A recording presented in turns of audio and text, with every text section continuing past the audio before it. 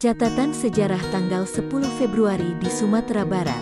Tanggal 10 Februari tahun 1879 lahirnya ulama besar Minangkabau yang juga ayahanda dari Buya Hamka, dikenal dengan sebutan Iniak Rasul.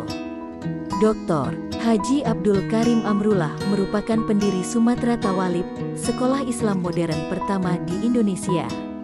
Ia bersama Abdullah Ahmad menjadi orang Indonesia pertama yang memperoleh gelar doktor kehormatan dari Universitas Al-Azhar di Kairo, Mesir. Pada tahun 1894, ia pergi ke Mekah berguru pada Syekh Ahmad Khatib Al-Minangkabawi yang pada waktu itu menjadi guru dan imam Masjidil Haram. Ia meninggal dunia pada tanggal 2 Juni tahun 1945 di Jakarta dengan mewariskan 27 buku dan banyak murid untuk melanjutkan dakwahnya.